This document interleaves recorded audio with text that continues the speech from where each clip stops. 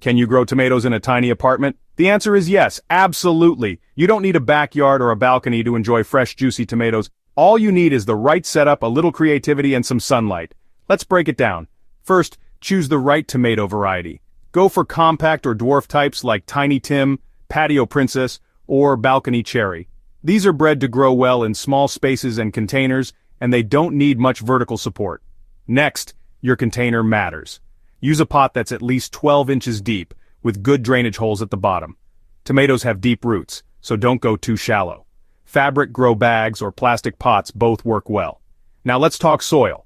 Don't use garden soil, it's too heavy. Use a light, well-draining mix made of potting soil, compost, and a bit of perlite or coco coir. This ensures your plant gets nutrients without compacting the roots. Tomatoes love the sun, so place your container near a south-facing window where it can get 6 to 8 hours of sunlight each day. If sunlight is limited, use a grow light. They're affordable and perfect for indoor gardening. Water your tomato plant consistently. The key is moist, not soggy. Overwatering causes root rot, while underwatering leads to sad, dry plants. Stick your finger in the soil. If the top inch feels dry, it's time to water. As the plant grows, give it support. Even small varieties benefit from a mini trellis or a stake to keep them upright. And once it starts flowering, use a small brush or gently tap the flowers to hand pollinate, since there are no bees indoors.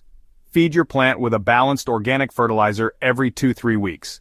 This helps support flower and fruit development without burning the roots. In about 60 to 80 days, you'll have fresh tomatoes, right from your apartment windowsill.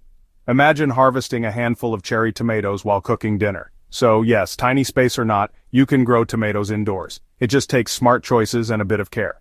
Got questions or want to share your setup? Drop a comment below and don't forget to subscribe to Decoded for more soil-smart growing tips. Happy planting!